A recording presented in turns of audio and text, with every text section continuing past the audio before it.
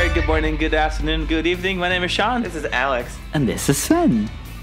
And you are listening to another episode of Coaster Kings Radio. So close. Yeah, I only had half. Probably the Skype delay will be like, oh, echo. I mean, half rounded up is still whole, so I'll take it. It's still one. It's still one. Zero. Anywho, today's episode is going to be about Bellewaerde and Efteling. And you might be asking, what's Bellewaerde? That's okay. Or you might be asking, why would you throw those two together in one episode? Great, because we spent a half day at each. Yep. And even though this wasn't on the same day, we still figure we combine them. Both of them are very green, and day, Efteling at one point has... It's a rumor, but Efteling at one point had the idea of buying Bellewaerde. Could you imagine? Little Efteling? That would... Remember when Six Flags owned Bellewaerde for a little bit? That wouldn't work here. Remember when there were 2 Six Flags parks in Belgium? I know. And now there's 0. That's really great. I'm not very sad about that. On that topic, got bought out by Compagnie des Alpes, which also owns Walibi Holland, Walibi Belgium, Parc Asterix, and Futuroscope. And they own some ski lodges and stuff. Yeah, actually, I think the main income is like their ski resorts, if I'm not mistaken. Not really at the moment. But not right now. Not currently. And currently profits aren't a thing.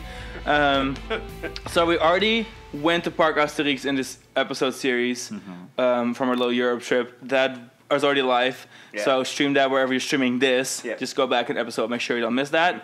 So Bellewaerde, beautiful park. This park is, I consider, like a quintessential European park. It's quite large for like the rides that they have, but it's quite sprawling. Lovely. Like I just love the way it's all spread out. And there's some big rides hiding in the forestry and some fabulous animal exhibits. It isn't in the middle of nowhere per se, but it's definitely removed enough to really feel like it's in its own thing. You know, it's very serene, and it has that lake on the backside. And for me, it's technically my home park because it's the closest theme park to a cool home park, to my house. A relaxing one. And Sven, I think it was like 20 minutes, right? It was so quick from Sven's house to the park. It was fun. Yeah. So technically on the Bellewaerde day, we actually finished at Plopsaland that evening. Right. Because Plopsaland was open until 11 p.m. So we figured we'd do like half-half. Yeah. But obviously Plopsaland already had its own episode. So that's why we're throwing this in with Efteling. One thing that stood out to me about Bellewaerde is their world building. I am used to a smaller European park. So small as in like lineup-wise, I guess, because the park is quite large. But I'm used to them having either like one set theme or they kind of like... have a little bit of overlap, but this park did a really good job making it like Mexico, Wild West, jungle, India-ish area, and then Canada. It's like all of the favorites are here. India, Africa, Mexico, the Wild West, Canada. These are all very popular choices for themed areas around the world. Although some are still unique for the region, like... India, we don't have a lot of those around. Canada is something pretty unique. I don't even know any other European park that uses Canada. For a while. Yeah, okay. And I guess might be forgetting. The Great America Parks and Thorpe Park all once had pretty pronounced northern Canada area. Canada's Wonderland obviously has a Canada area. But in Europe, where Yukon Striker is. But we're talking about European parks. Yeah. So, I guess we should start with a tour of the park. Yep. Which Sven is going to be our tour guide. Yes. So welcome to the tour of Bellewaerde Park. Please keep your hands, arms, feet, and legs inside the vehicle at all times. So we should hire that Spanish lady from Disney to do the Spanish version. Por favor. But actually... or the one from Runaway Railway. Hola, pasajeros. In Bellewaerde, it would actually be in Dutch and in French, because obviously it's situated in the Dutch area. Yeah, speak French, then Sven. About half of the visitors are French-speaking. I can't. Well, that's the funny thing about going to parks in Belgium is like everything is in French and Dutch, French and Dutch, French and Dutch. It's French. It's French. French. It's clutch. It's French. It's Belgium. So the park actually has 2 entrances, and for the last couple of years, the Mexico entrance has become the main entrance of the park. They renewed it a few years ago, but it looks pretty nice. I mean, it's basically a more of an arch, and then you have the booths, and after the turnstiles, the first thing you see is the boomerang. You have to walk around a little corner. I thought about the Mexico entrance is that the original entrance is much more like on the main road, but then to go park for the Mexico entrance, you have to kind of go on this little side road that feels like it's not part of anything park related, and then you go in there. Yeah. So it's funny to me that that's the main road now, like the main even though that's their auxiliary entrance, it's still, to me, like a more substantial marquee than like Bellewaerde's entrance, and they only have their one entrance. Bellewaerde's entrance is very clear where it is. It's right there on the road. But yeah, anyway, so boomerang. Yay. Yep. The boomerang is amazing. Alex, you especially looked forward to riding that one. Yes, because this is the first boomerang that ever opened. Second to be manufactured. It's the second to be built. The first one went to Reino Aventura in Mexico City, but it had technical delays, so... It also got shipped instead of an hour away, like literally across the globe. Like halfway across the globe. So yeah, Bellewaerde's was the first to open technically, and then the first one opened shortly thereafter. It actually ran really well for its age. It was a smooth boomerang. It was really enjoyable. Boom, boom, yeah, it's almost 40 years old. In 2 years, it will have its 40th celebration. Funny story about that. We were looking at one of our, because we're moving, and so our house full of boxes moving. My very first roller coaster book from 1996. We opened it up, and it talked about the boomerang at Knott's Berry Farm, and we look at it, and I'm like, there's a photograph of a boomerang. That's Belgium. Not Knott's Berry Farm. That is definitely Belgium. And we're like, why does this it's pasture, and there's like a little pond, and then we recognize the roof shingles on the half walls that lead into the rides plaza, and I'm like, oh, it's Bellewaerde's Mexico area. I recognized the roof shingles from when we were walking through, and I was like, this and is it makes sense because it was like one of the first boomerangs, so of course there were photographs of that. And it's possible Vekoma sent them the picture. And they were like, here you go, this is Knott's Berry Farm. Oh, well, this is a boomerang. Yeah, and they said, like, Knott's has a boomerang, and they showed a different boomerang. Like, it's a boomerang. It doesn't matter where it's from. But they didn't have to say that it was from Knott's Berry Farm. They just did. Like, it was a caption for something. They could have just as easily said that it was from Bellewaerde, but they just didn't. We had to figure it out ourselves. Anywho. The ride's iconic. It's so cute. And I love the way the plants have grown up around it. The inside of the station is nothing to talk about, but the outside of the station... It's like a Soviet house. It's a little brutalist inside. But on the outside, it's covered in vines. There's lots of trees that have grown up around it. Fun fact, they actually expanded the original... So the original layout of the switchbacks is still there, but they actually added switchbacks to it, which no one cares about. We saw it in the picture. We're like, the switchbacks are different now. So now I had to mention it. If it weren't for we still had to wait in almost all of it, so...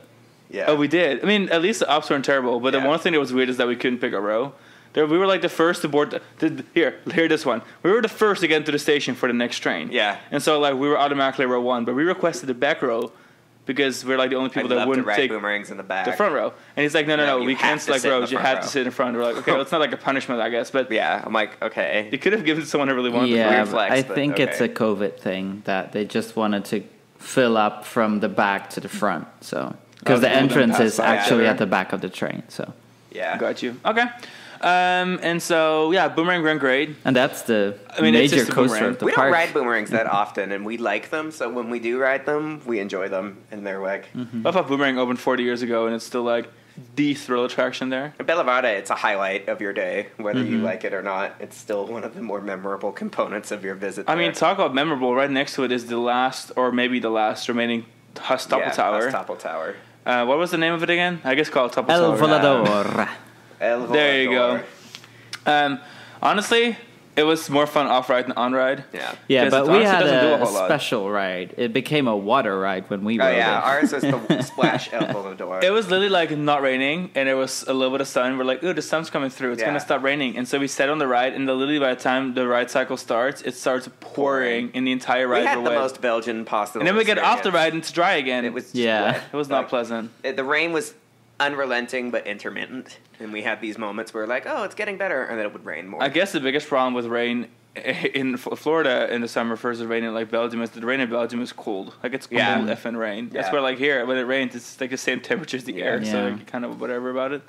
But yeah, Bellewaerde, the biggest issue with that ride, aside from probably the maintenance aspect, is that it looks a lot more thrilling than it is, and you ride it, and when it tips down, it just seems like you're tipping much more dramatically. It seems like it tips way more, but when you're hanging there, it doesn't seem like it's. And then when you're on the ride, it doesn't feel like you're. It feels like you should be like 90 degrees, like face down to the pit, but you're just not. It feels like you're just kind of very.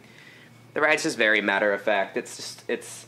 But what is fun is that the ride itself is elevated. Like the whole ride plot is elevated above the park, and then the ride itself is pretty decently tall. So for me, it is cool. It was the first one I did, obviously, and then I also did the one at Marineland, the walrus-shaped one. Walrus one, and that one felt so weird for me because it wasn't elevated. So basically.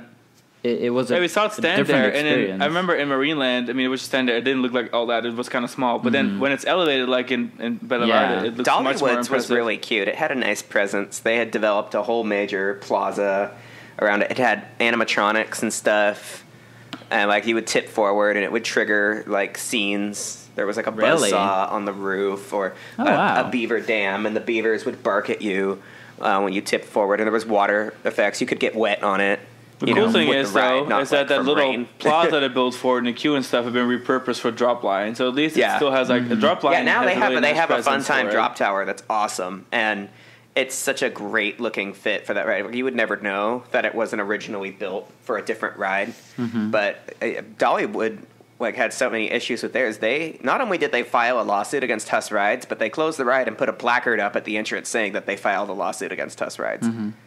They were petty as hell. I mean, they did it with Lightning Rod, too. Yeah. So, like, the manufacturer or whatever. Dollywood, and by extension, Hershey Family Entertainment, takes their reliability and their maintenance very seriously. So when a ride is having, like, serious operational shortcomings, Dollywood refuses to be scapegoated. Maybe because they're in rumor town. I'm sure if, like, one ride has one incident, like, it could lead destroy the park's reputation. They refuse to be slighted by, another manufacturer or, like, another entity's shortcomings. So like the Topple Tower, I mean, I guess I got lucky because most people I know either didn't ride it because it was completely closed or like they tried to ride it and it broke down. The other one that I rode was in at Jers Summerland, and like an eagle themed one. Yeah, I don't even know if that one's still open. There? Is it still open? It's replaced by Tigern.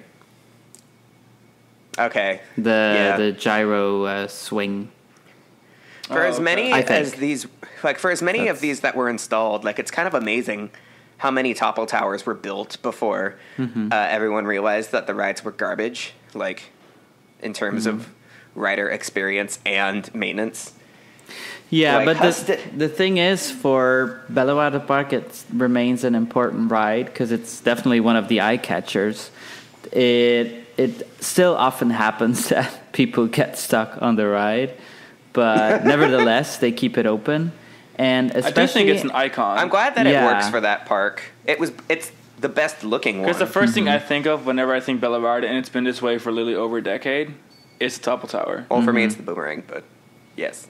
Yeah, well.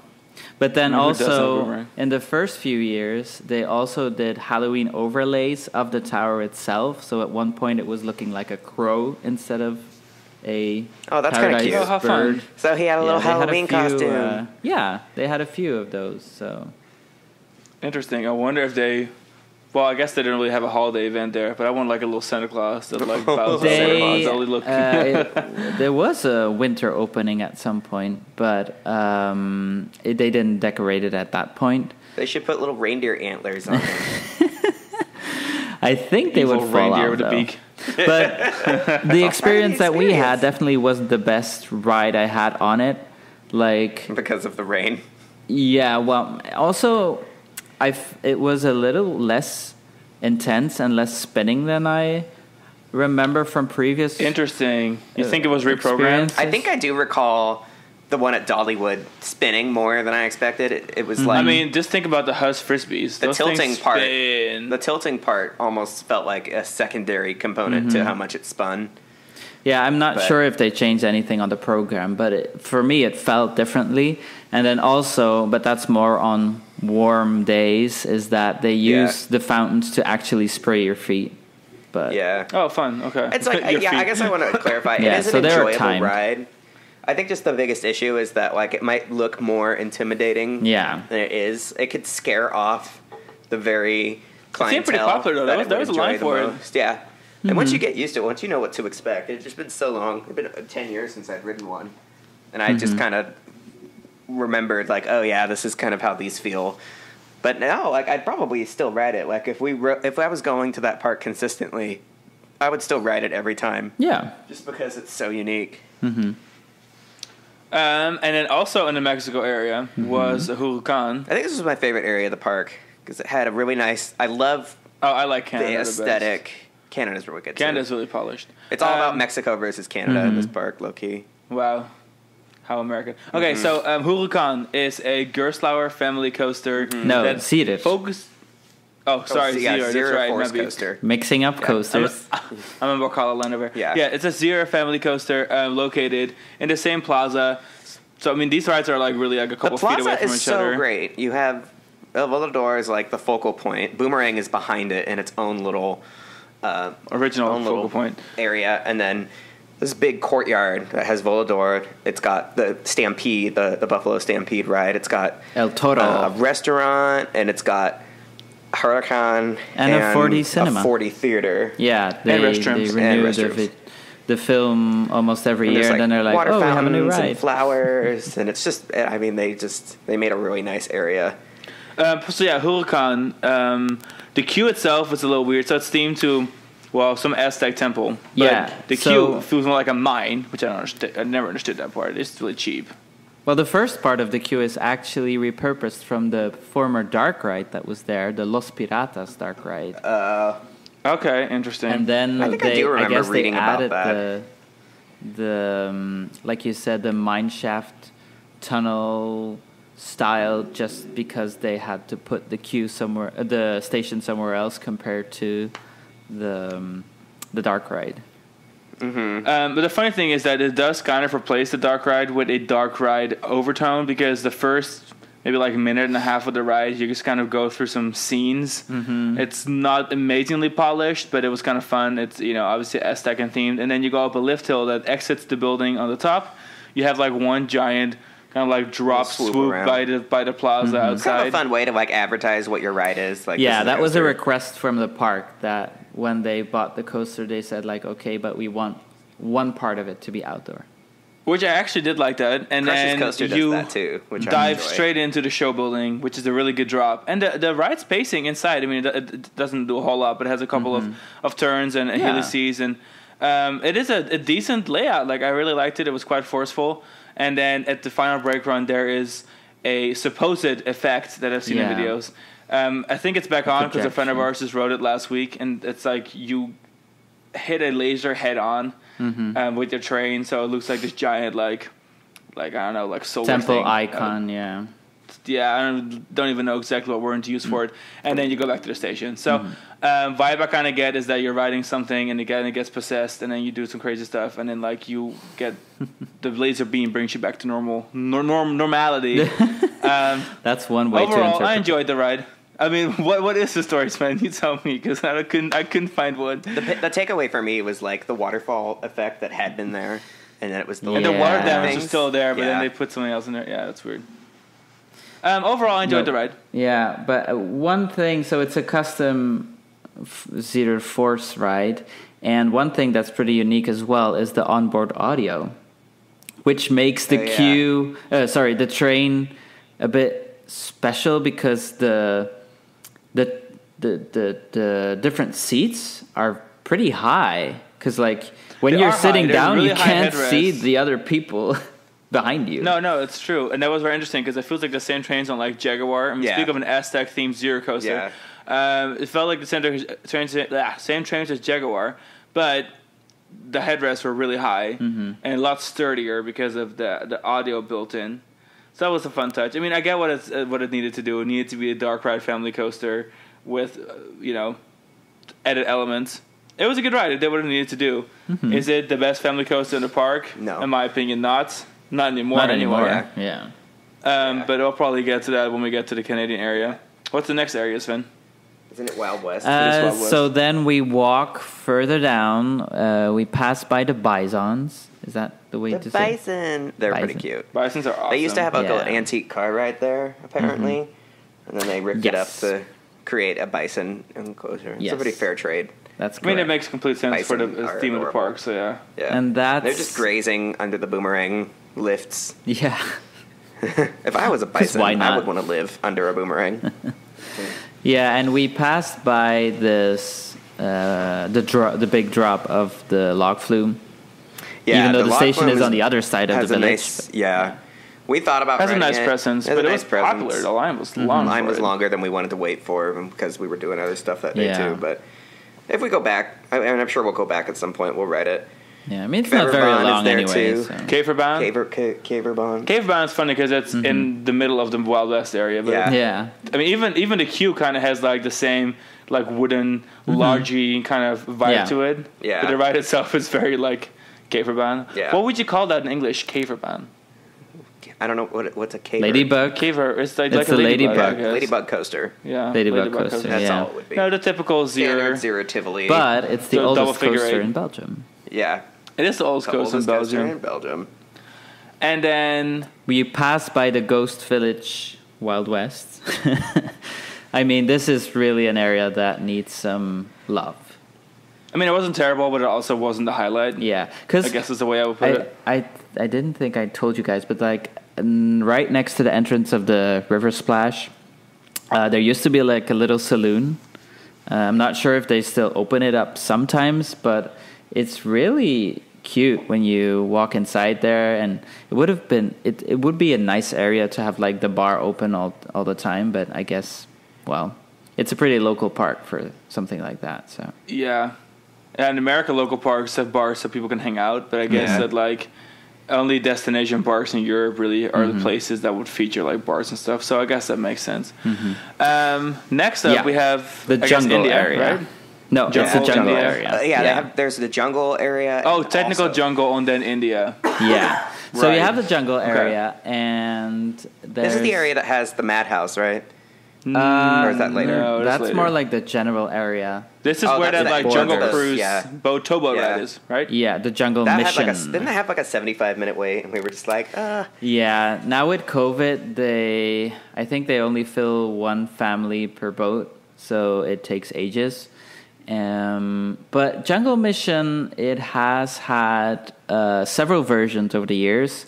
The first version, I have to be careful that I don't mix it up, but it had a comic book character tour.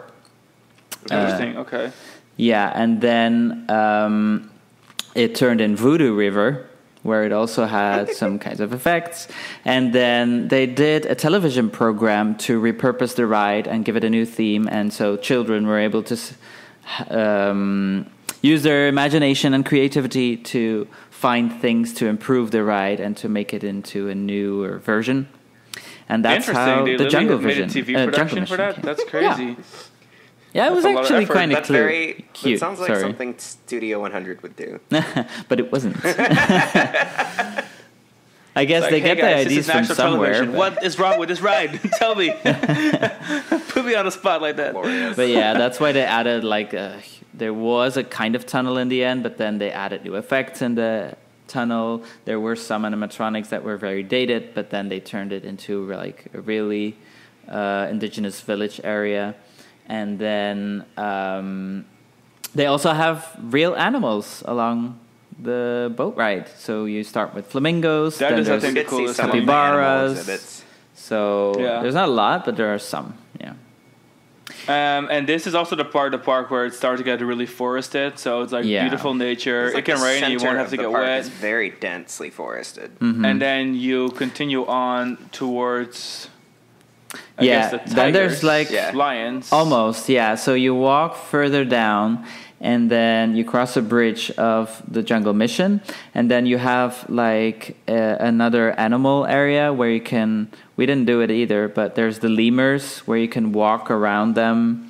And some monkeys as well. Lemurs, yeah. We saw those. That's right by the madhouse. Yeah, and then on the other side you have some goats, so like a mini farm, and that's when you come in front of the madhouse. So that's the House of Houdini.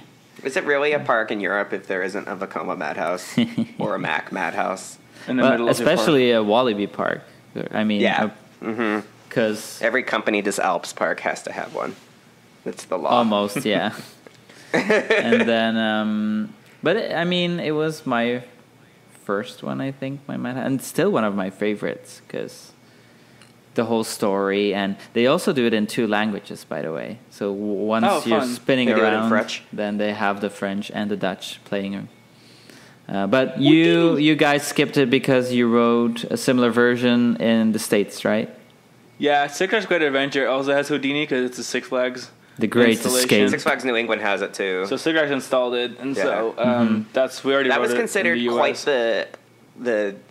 the step towards the just a very different, highly unexpected choice for. But that was early Premier Parks era. That was 1999 when Six Flags New England and Great Adventure got the haunted swings, and people still talk about them. They're the only 2 that were built in the U.S. There's a third one. Yeah, the Mac ones are called haunted swings. Yeah. There's a third one that's like a homemade one at Dutch Wonderland in Lancaster, Pennsylvania. It seats like 12 people. And those are the only 3 in the U.S. And people still talk about them. They're still just like, wow. Like, if you got the right audience in there, it hits different. Especially like Great Adventure. People really go to that park for a spectacular collection of major roller coasters. But anybody that takes the time to do Houdini's Great Escape, they're like, wow, that was different. That was cool. Yeah. Like, I can't explain that. So Americans do like these rides. You just wouldn't know it based on how few of these were ever built. Yeah. So then we walk further down, and that's when we get in the India area. So on the left side, you have the Bengal Rapid River.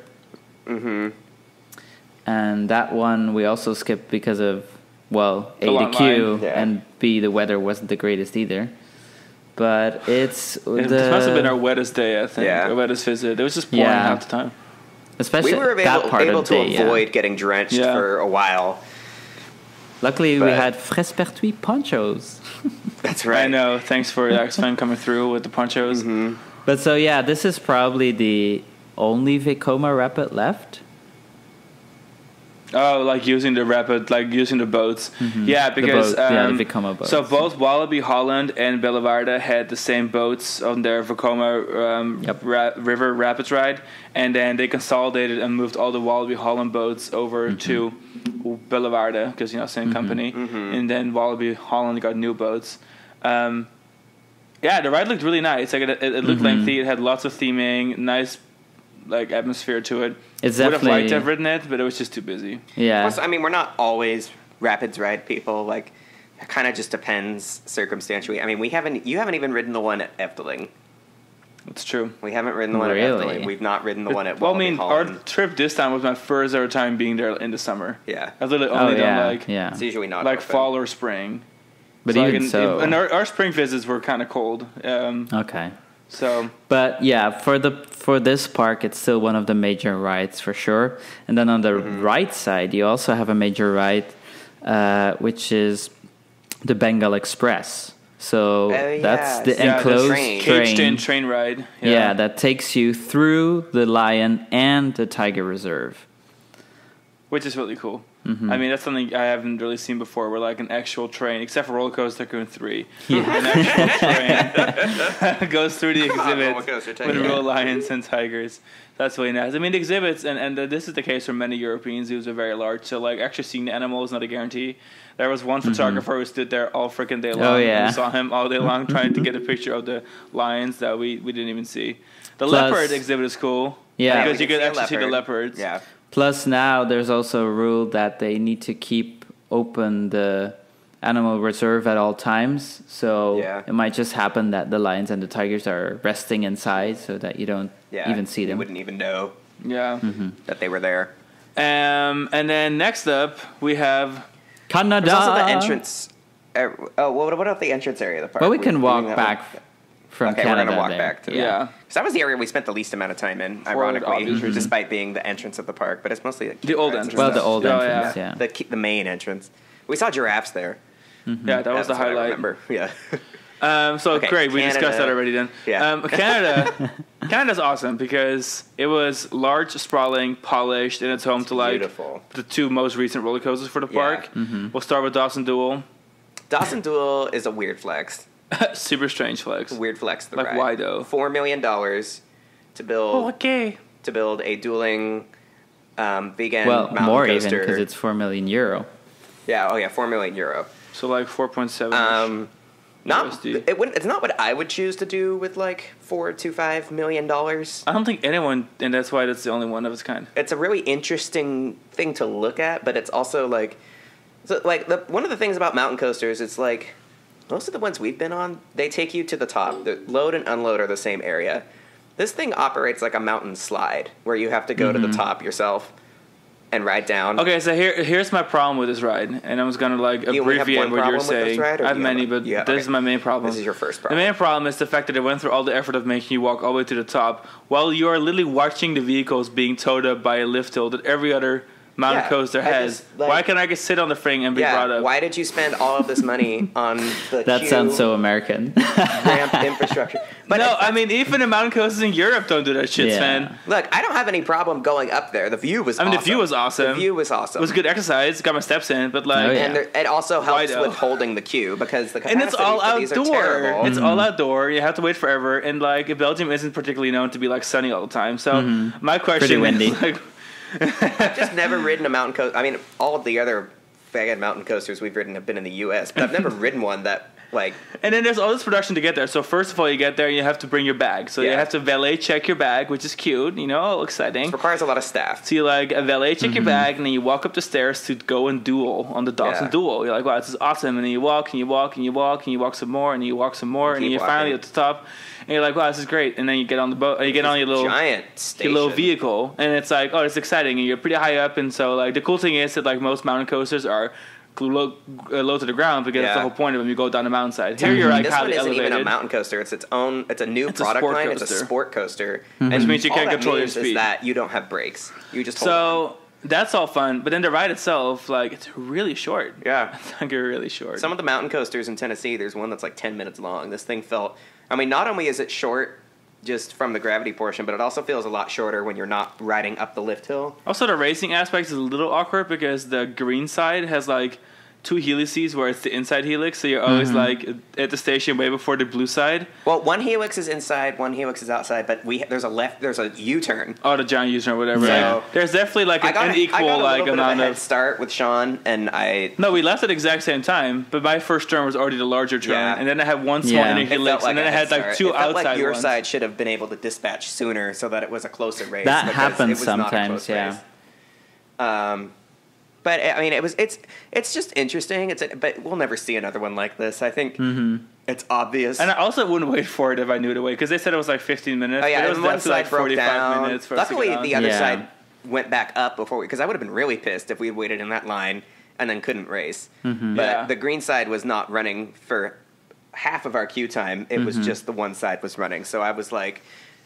They better get this other side open by the time we ride. See, the idea of a dueling mountain coaster sounds great, but when it's inside a theme park with large crowds because it's not a roadside attraction, and having 1 to 2 people per little dispatch, it's just it was more of a production than what I got out of the ride. Yeah. Probably very honest. I was quite excited for it. It may have contributed to this kind of disappointing I like review, the idea of it, but it's just not. Yeah. The execution of it was doomed from the start. I don't know if there's a good way. They did this as well as they could, but there's not a good way to do it. I'm convinced because the other thing I missed was the ones that we've ridden, most of them, that ride to the top, not only is that a majority of your ride experience is going at the top, but sometimes they can be really beautiful views, scenic, completely, not completely, but almost unspoiled natural landscape that you're just quietly making your way up through. That's why a lot of the ones in rural areas like in Tennessee, like you have to have brakes on your vehicles in case there's a bear on the tracks. That's actually a thing that happens there. Yeah, that won't happen. So it's not there. like they could build a sport coaster in Tennessee because you need to have brakes. Because the bear thing is Bellewaerde. Bellewaerde. I mean, it's the Canada area. Yeah, it is the Canada area. But yeah, so it was interesting and like. And I still want to know who Dawson is. Yeah, who's Dawson? Why are we dueling? I don't know. Many questions and very few answers. It's everything. You will be scratching your head at every turn on this ride. There's 3 turns. So. The more that you know about Dawson Duel, the less you understand. I guess there's a nice view of the water park. Yes. Which they should have named it Bellewaerde. Okay, but you're the only one. That was an obvious choice, especially because the other, like, Plops Aqua is a pun. Like, come on, that's such a and great... Aqualibi. All of the water parks in the region have, like, these really clever, like, portmanteau names. Bellewaerde. And Bellewaerde would have been so perfect. What are you doing, guys? Come on. Wow. So now on to things that weren't quite as disappointing. The area is also home to a drop ride, yeah, the drop ride's pirate cute. boat, the shippy swingy thingy, ship. and a shoot. Mm-hmm. Those don't really matter, but what does matter is Wakala. It's Wakala. That's like legit like one of our favorite things in the entire trip. I think about that ride like every day. Most beautiful rolling stock I've seen in a while. It's a very pretty ride. The track that they use, like the color scheme for the track, each train is a different color. It's the landscaping. It's really nicely landscaped. Has a beautiful location by the lake, where at one point the ride takes off and the track ends, and it's just. So for those wondering what Wakala is a Gerstlauer family coaster that features track switches, which is why it goes backwards and forwards. So it's basically the same. It's part of the same product line as Fire Chaser Express and Pegasi Express.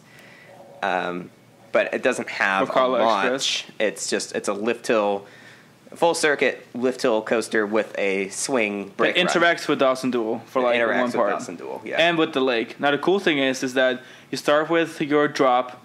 They have a bunch of like weird track movements, and you just kind of like high pace go nice through the forest. Like it's ride. nice, and then you go up just like launched lift hill. Yeah, Pegasi Express has the exact same bit where it's a block. It's a shallow tire-driven lift hill. But you're meant to launch as a block, and then right as you get to the top, it kind of gives you a little push. Yeah. Over the top, and then you come down, and then you go towards the water, and then there's a giant spike that's over the water. Really beautiful. It actually goes quite high great up. to photograph. It sticks out like at the edge of the park. So like there's a couple awesome pictures on thecoasterkings.com. They really showcase how that ride is. I'm so happy with that little spike is like all the way out there, like on the ocean, especially front seat on the lake. A cool experience, and it really goes almost to the top of the spike. It really does. Yeah. I've never seen a coaster that has a spike that's gravity driven to be that close to the top. It comes kind of creepy almost. Yeah.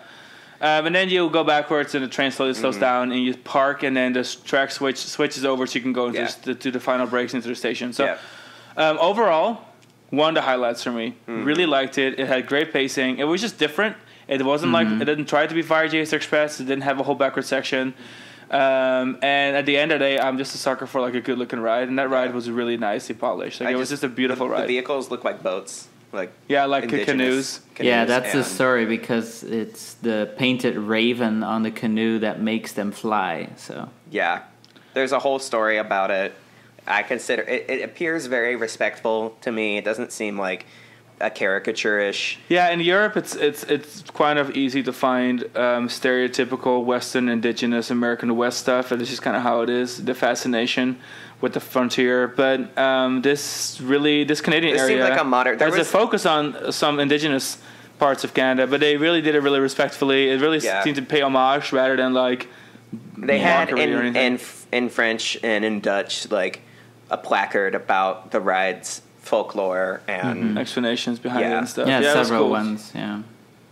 So and the queue is also very well integrated with the waterway that was there. It was like, honestly, even if there wasn't a ride there, I would have really enjoyed just walking around the queue. Because there's also a midway. The entrance of the ride is on the main midway, and then it loops around back to like an auxiliary midway that is under majority of the ride. So it's a great walk there's no rides on this midway, but it's just a nice view. And the ride was quite forceful. You can walk up to the lake and see the carp. Yeah. When they see people, they get excited. Huge and they're lake. expecting food. Yep. So yeah, that was I think my favorite ride at the park. Actually, I don't even think I know what was my favorite ride at the park. Really clean, very fun, good family thrill.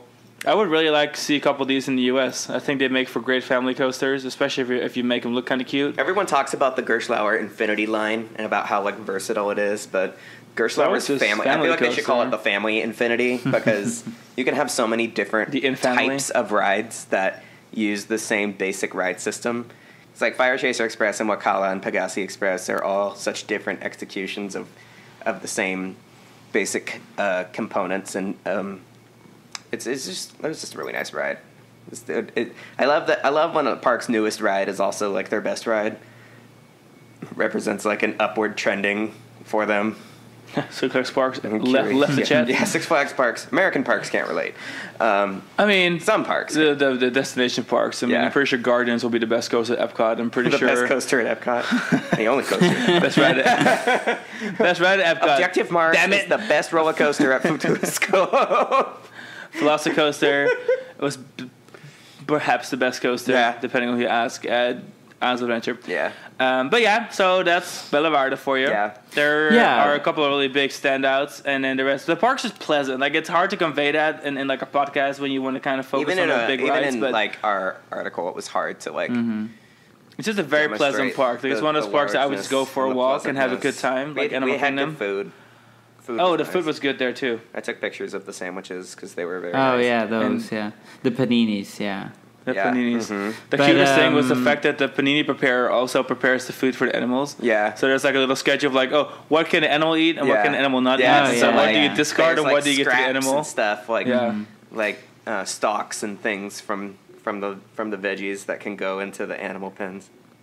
Yeah, maybe just to finish up the tour, the Canada area is also home to a pirate ship, like a bounty ship. There's the Screaming Eagle. That's the drop tower, right? Shot and drop tower, yeah. And there's Niagara, and that's their Shoot the Chute. It's built. It was built by a kind of an odd. I remember I looked it up. It was like. It's actually on Wikipedia. Was it Interlink? Who built it? But it wasn't like one of the major Interlink? suppliers. Was it Interlink? Yeah, that rings a bell. I was surprised. I was like, I didn't know this company built these, but so yeah, it's a cool area. Overall, pleasant park. I would go back if they add something new. It was a pleasant park. There weren't that many like global standouts, but I really enjoyed Wakala. I enjoyed getting on Boomerang. Boomerango. Yeah, for me, if we lived by there, I would go there, and I'd probably ride the Boomerang like every week. That's what we do with Rocket Roller Coaster. It's the atmosphere of the park, like the green, and of the 4 major ones in Belgium, it's the one where I always can relax. It's not just about riding rides, but you can just have a stroll and enjoy your time there. And there's still enough to do. Oh yeah, I mean the park is massive. It's just very family friendly. Yeah. It's like the family park. I feel. Yeah, but yeah, really enjoyed it. Shall we hop over the border? Do a quick visit to Efteling.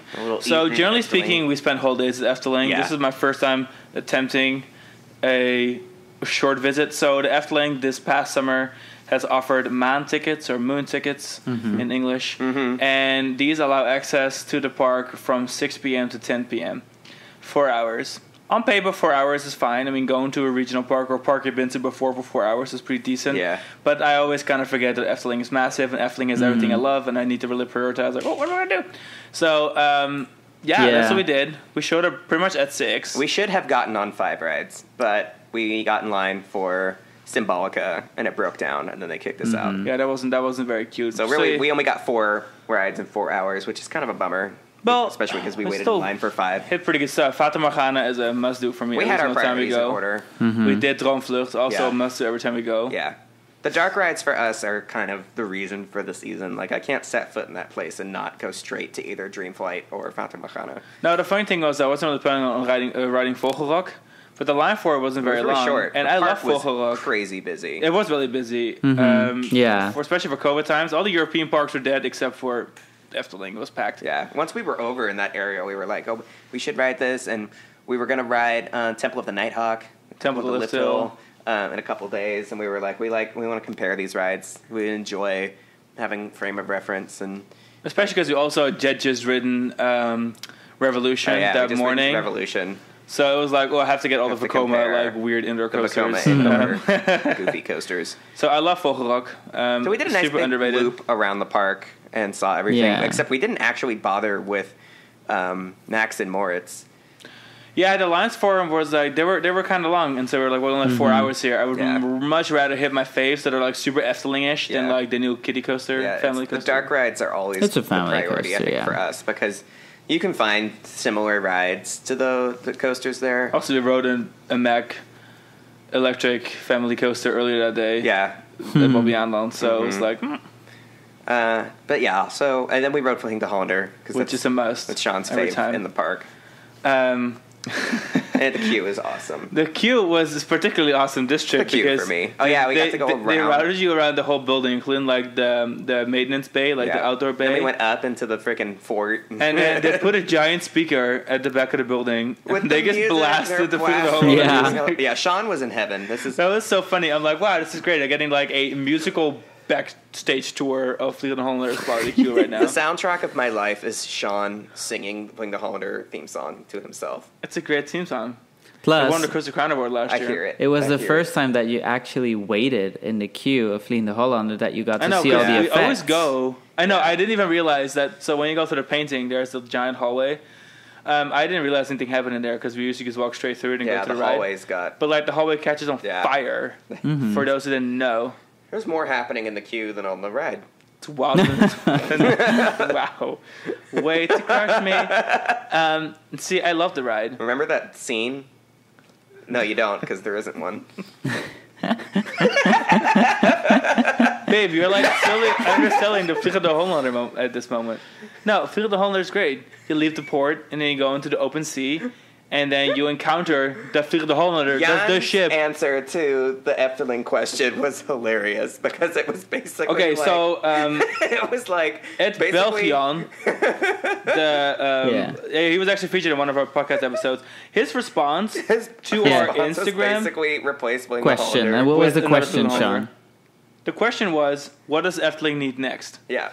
And he responded that the Vliegende Hollander needed to get retracked by Mack rides. More track added to the coaster part and add actual animatronics and theming inside. So basically, he just wants a new ride. He wants, he's like, demolish Fling de Hollander. So I feel like he likes the theme of the ride, but he doesn't like the Everyone likes the idea of Fling de Hollander.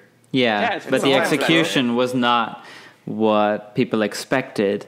And I think it's a pretty good idea, especially just pimping some of the indoor scenes would already be something, like you have the fog scene and the Lost at Sea scene.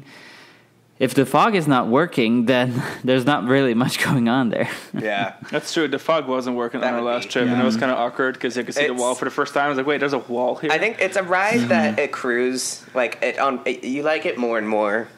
Your first ride, it's kind of like what the hell was that? But because although my first ride, I had no expectations for anything. I didn't know anything about Efteling the first time I went. So when I rode it, and I was like, okay, this is interesting. I didn't think to myself like what the ride could have been or should have been, but wasn't. I mean, I was just like showing it. But I could see how people with certain expectations would ride it and be like, oh, okay, they should have done this, that, and so. Yeah. But now you ride it and you know what it is, and you just like it for what it is, and it's easier to appreciate on repeat rides, I think. I just think the whole package is cool.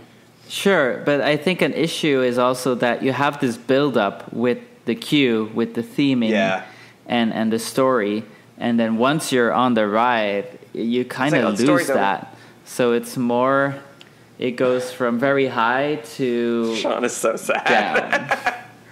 As for ride experience. There is a story on the ride. Sure, there is a story on the ride, but it's not with the same quality as the queue. That's my issue. Sorry. And you are correct, Sven. But even that doesn't mean that I don't like the ride. It's true, because you actually did voluntarily wait with us to ride it, even though there was a million other things to do. Well, he's also just very nice, and he would let you. No, I mean, it's still a ride that I won't skip when I go to Efteling. But it's and he's a music kind of guy, and he loves the soundtrack. Yeah, exactly. But it's more we can about listen to the soundtrack at home too. The potential of the ride that you see and you don't get. That's always like a twisted side too. It's true, but it would be fun if they maybe 1 year like renewed it and like marketed it as such. The adventure at sea continues. The adventure continues. The flying two Dutchmen. Yeah, the two flying Dutchmen. Flying two Dutchmen. De twee vliegende Nederlanders. So yeah, and then we went to ride Symbolica, which I love that ride. Took a shit on us. Yeah, Symbolica. Okay, so the worst part was the fact that currently they aren't doing a pre-show. They just kind of have you go through it as a queue. But then the queue stopped because the ride was down. And so we had... Keep listening. They had that guy, what's his name again? Pardus? And no, the stuffy old guy. Not Pardus. Oh yeah, the guy who's like having a coronary. Yeah, Puntuville. And he was like literally like, I mean, he's kind of funny when you watch the pre-show. Over and over and over. we had to watch and listen to the pre-show for like 30 minutes straight. It was terror. It was horrible. Yeah, and then they were like, okay, the ride's down, everyone go. And then it was chaos. That was chaos. Really and then long. trying to get out of the ride was stupid. I was like, hey, we got to walk the roof. Efteling, you're better than this. Well, not really. It was just a side. So, Sven, stop bursting them bubbles, please. Actually, Efteling is not better than this. Yeah, honestly, it's been a rough year for the Efteling experience-wise, because especially for enthusiasts, because most of them are complaining that it's too busy or that they're not even able to book with their annual pass a time slot to go. So, plus they kind of pissed off the annual pass holders because they had the worst system, one of the worst systems of compensations for during COVID, because they didn't extend anything. They just give a kind of credit for the days that the park was closed, but eventually you need to use it again at the park. So, I mean, they didn't do anything really, and they lost a lot of pass holders because of that too. Because of that? Yeah. But yeah, and honestly, especially during these times, in Belgium, we're still very strict with the masks everywhere, and it was weird for me entering the park and having it that busy without any masks. Obviously, there are some places already where that's normal, but it was just a pretty big shift from Bobby Island Florida, you don't to have there. people smoking cigarettes everywhere in the midways. Because that was an experience at Efteling that I was like, this is like happening right now. It's just a European park thing. Mm-hmm. It just was more noticeable because that was the only park where we didn't wear a mask. Yeah. That being said, I did understand what you guys said about just being in the park and having that Efteling atmosphere. Mm-hmm. That was already part of the experience as well of being there. We went through the fairy tale forest. Yeah, it's one of those things where I can go to Efteling and not really ride a whole lot. Like this time we rode still 4 worth things the price and I had a great visit. It would have been an awesome value if we had gotten on 5 rides instead of 4, but my question for you is, what will make Efteling an even better value? What will it sounds be there? like what they need to do is not do what Sven just said that they did. It sounds like they need a management shakeup. So it's actually referring to responses on Instagram. Well, I know, but my answer comes first. Okay. So according to Instagram, lots of Instagrammers think that they need a launch coaster. Sorry if I can't give all these individual shout-outs. It's a launch coaster. It goes from 0 to 2 miles an hour. per hour. Yeah, but I mean, I think they reference a real launch coaster, like lots of parks out there. But obviously there's the plans for the circus coaster that are maybe still going through or not, or that's supposed to be a family-friendly launch coaster from Intamin. Yeah, like a movie park studios kind of thing. Mm-hmm. I suppose. I guess something in the lines of the Gerstlauer Pegasus Express or Wakala type of ride. Mm-hmm. That's what I imagine, at least. Might be a bit more thrilling, could be. Taron. I want them to build something like Anubis. Not sure. I mean, I would love that, but not sure if that is what they have in mind, being more family oriented. A few of the people on Instagram are like, "Can they please build a roller coaster that's thrilling?" So at first I was like, "Ooh, that's kind of shade," but then I thought about it and I'm like, "Yeah." As far as coaster collections go, there's, like, for better or for worse, it's a little on the sedate side. They don't have anything that's, like, really truly that intense. But I don't think Efteling is really about that. But they like, you don't go to Efteling they never to claimed, like die they never and concerned thrill, themselves with that. And I mean, I know they've burdened themselves. I know you with, guys are not the biggest fans of Baron 1898, but for the region, it's still a pretty decent coaster. I mean, it's one of the few B&Ms. I like Baron. Just very modern. Like, I feel like Efteling has so many things that are really unique to Efteling, and a B&M dive machine, besides the theming, doesn't quite give me like the Efteling. Oh yeah, it's, from an enthusiast point of view. Quite describes us as enthusiasts quite as well as having 4 hours at Efteling, and Baron didn't even cross our minds. Yeah, I forget that ride is there. I still feel kind of shitty that we didn't ride Python, but we just didn't have that much time. Yeah, Python. And like, I'm a huge fan of Joris and the Drac. That's my coaster of choice at that park. Yeah. But it's also, I'm also sympathetic to the fact that, like, well, we have really, really good GCIs here, too. Also, they were loading every other row, which meant the line was stupid long. And it wasn't running fast. So I'm like, I'm not going to wait in a long line for a crummy ride on this coaster. I'm going to come back when they're filling the trains so that it's actually going as fast as it's supposed to. But yeah, let's go through a couple more of the Instagram responses. So one of we got from Ed Bryce Prefix. He mentioned an interactive dark ride, and I think that's a really good one, because that's something that they still miss. Some people were a lot more specific about what kind of interactive dark ride, but I think just saying an interactive dark ride of some capacity is the way to go, because I don't want to box them into something that's too much like what we've already seen. I think it would be on brand for Efteling to do an interactive dark ride that's maybe a little unexpected. Maybe. Yeah, because Ed James Sheridan 1602 mentioned like Buzz Lightyear. Yeah. I think that at this point Buzz Lightyear is already kind of like an older generation interactive dark ride, and it's nostalgic. Something like Chocolate Mouse. I have great childhood memories of Buzz Lightyear. I don't have many good adult memories of Buzz Lightyear. Like the one at Magic Kingdom, when I rode the one at Magic Kingdom when I was 8, I'm like, oh, this is amazing. Now I'm 30, and I'm like, this needs help. Another comment that we got was from, let me make sure I see his whole name here real quick, is Ed but check TW_Z650. Wow. What? The comment was even shorter than the username, which was water ride, something like Chapas. Yeah. And honestly, that's actually kind of a good point, because as of right now, they only have Piranha as like the sole water ride. And then they have the crossover water ride. They've got 1.5 water rides. The Vliegende Hollander. So, Vliegende Hollander. The least they could where do you don't really go wet on. The rest of Vliegende Hollander. That was one of my responses when we did the New Links podcasts, talking about what the Yeah, you have to check those out. Those are cool episodes. That was a really fun, Totally agree on that, because especially in the summer, I mean, the queues for the Rapid is pretty long. So I can't believe there's a ride at Efteling that I've been on that you haven't been on. Piranha? Yeah, just not really. Because when we went... Piranha like that. The first time I went to Efteling, we were having, like, apparently it's record heat waves. But as an American, I just didn't have a frame of reference. So I'm like, okay, it's hot, like, whatever. But the people were not... The park was empty because it was so hot. Yeah. So we rode Piranha. That was one of the only rides that had a line. And I don't remember the ride that well. I don't think it was, like...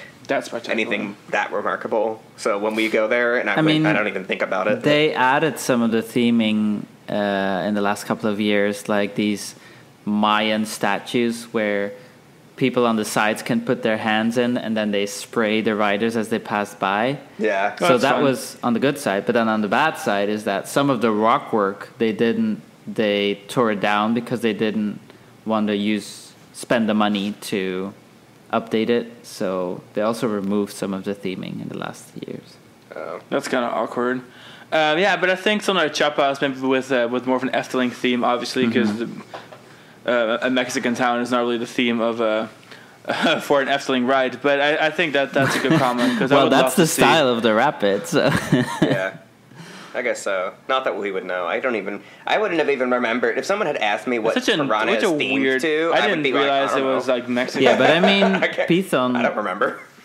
Also doesn't have a theme that really screams Efteling, but it became an icon just for being what it is. And that's the same thing about the Rapid, I think, for the park. I do think of Python as more of like an aesthetic, as it isn't really themed. At Piranha, I mean, looking at a picture of Piranha, it is more of an aesthetic. It doesn't really scream. Yeah, I guess now they have those weird Aztecan-looking water features, but those in general, are fun. I mean, I'm a little surprised. I didn't really associate that ride. I mean, it could even be like It could even be Pacific Islandish. Like, I don't even know exactly what this is. It's not very descriptive. It's not very... I'm surprised that Efteling never had a log flume.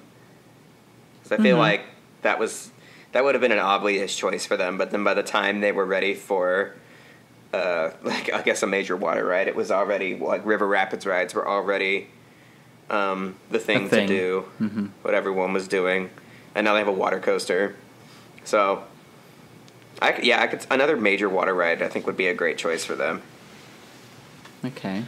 And then there was also A-Town Andrew who said a Flight of Passage style ride. Which is interesting, but it's kind of fun to see how the responses have changed, because years ago, before Flight of Passage opened, everyone wanted a flying theater like Soarin'. And now there's like an evolution of that, and now that's what I think the next like hype is going to be, is a Flight of Passage kind of ride.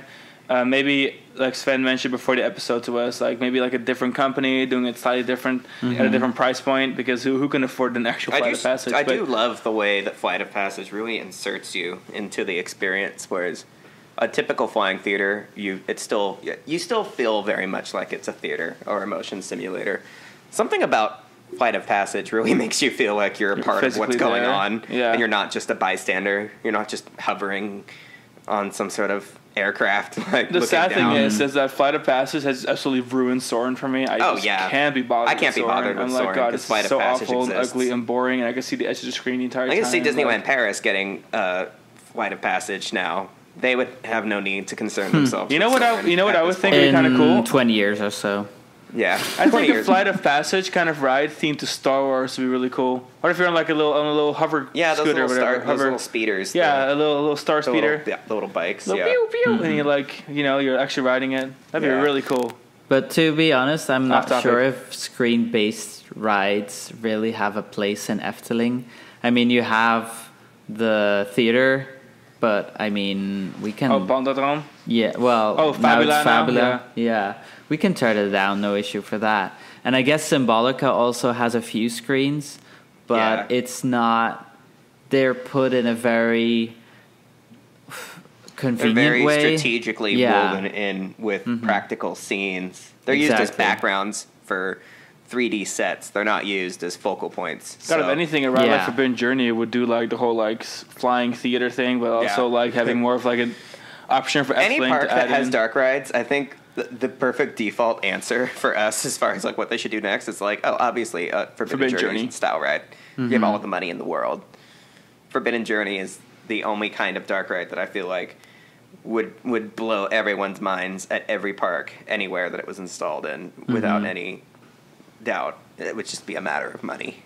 They're incredibly expensive. But I've told you guys before, like, it's ironic that the actual place where Hogwarts is supposed to be doesn't have it. Like Europe. Yeah. I mean, the UK, I guess. Yeah, there's 5 Harry Potter rides, or 5 Harry Potter style rides, 4 of which are Harry Potter, and one of them is Batman. It's like, hey, you British people. And the Europeans have not been graced. You want to experience the magic of Hogwarts? Come to Central Florida. There's not yet, summer. A European park has not yet concerned themselves with building a $300 million dark ride. So. Oh, well. Someday. Maybe. What do I have to add to this Efteling? I mean, we really didn't do much there. But it was just great to be there. It really was great to be there. The episode's already 63 minutes long. It's okay. 63 minutes. An hour, 3 minutes, and 19 seconds. Drag it out. We promised these people a fairly short episode because we had 2 parks that weren't long enough to do an episode for. So that is true.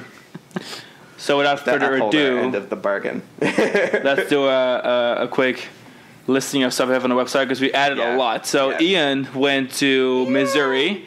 He did the Missouri Triangle. And so they went to Silver Dollar City, Worlds of Fun, and Six Flags St. Louis. So all 3 of those articles are live when you listen to this. Low-key one of the best states in the union if you're into roller coasters, if you're into classic log rides, if you're into miniature trains. This is the place. This is a highly underrated place for theme parks. So check out those updates. Then we have, of course, our Europe trip articles. So we have Park Asterix, Efteling, Bobbejaanland, Bellewaerde, Phantasialand, Disneyland Paris. Those will all be live. Plopsaland de Panne. Yeah. So those are all on the website. And then we have Sven venturing to other European parks in the next couple of weeks. It's a new European trip, and this time with Alex from Spain and James from the UK. We're doing some parks in Belgium, some coasters in Luxembourg, and then also some parks in Germany. And after that, I'm also going to Sweden. So lots and lots of awesome Europe content this summer. Sweeten the deal. It's the European summer of Costa Kings. And then... We're doing hot girl shit. Hot girl shit. And then we also have our weekly, every Wednesday, crown rating article. So we rate different parks around the world on a global scale and see whether they're hot or not. Yeah. Based on our 5 crown rating. Magic Kingdom fans. Yours is live now. Look away. Go check it out. Or look at it. Yeah, look at it. If you want some character building, Magic Kingdom fans, check it out. If you want some truth, be spitting all over the website. Magic Kingdom. And the website is thecostakings.com. Yep. So go visit and follow us on all social media channels. 100%. 100%. Yes. Sven, did you have any magical words to add to this magical exit? All of Sven's words are magical. Okay, so earlier we went to IKEA. This is funny. So we pull up in the parking lot, and I'm like, just like in a good mood because it's IKEA. And so I couldn't really find a parking spot, and I saw one under the tree. So I parked under the tree. I'm like, parking under the wishing tree. And Alex was like, what the fuck was that? Wishing tree. Wait, that's a Hunger Games reference? Well, yeah, I guess it's like the song in the Hunger Games. I think it's like Wishing Tree, where she sings about the wishing tree. Maybe that's not even what it's called. Is it a wishing tree? Sven, have you seen the Hunger Games? Yes. Isn't there a song she sings? Yeah, there is a song that she sings. Jennifer Lawrence sings about a tree in the movie, but I don't know anything. What a random outro. No, it is a song. Sorry, people. The hanging tree. It's not the hanging tree. It's the hanging tree. It's an incredibly dark tree. You didn't sing about the hanging tree, though, at IKEA. Hanging tree because people get hanged there? Yeah, why else would it be the hanging tree? I don't know. It's a dystopian society, babe. Anyway, we live in Florida, to so end like, on a positive note, I think we should tell the listeners that there's still some European episodes coming up. Yes. And that's true. So that, after this, we will discuss more parks like Disneyland Paris and Phantasialand. And then obviously the backlog we already have up. And then we'll have a finale episode with a fun topic that we're not going to release just yet. Ooh. And then we're going to take a little break. So while everyone is out there enjoying Halloween activities, whoever is actually doing that, we are going to take a little break. And then we're back this winter, starting November, with a 26-part miniseries. Get ready for this. Every Monday we'll be launching a miniseries. And we will also be having our weekly episodes back. Of course, the end of the year, it brings us fun stuff like the Crystal Crown Awards and some gear and stuff. So that's what's coming up. Lots of exciting stuff. Stay tuned for topics of Season 4, what the mini-sode series is all about, and of course for the next couple episodes before Season 3 ends. Awesome. Okie dokie. Alrighty. Thanks for listening, everyone. Right. Bye. Bye.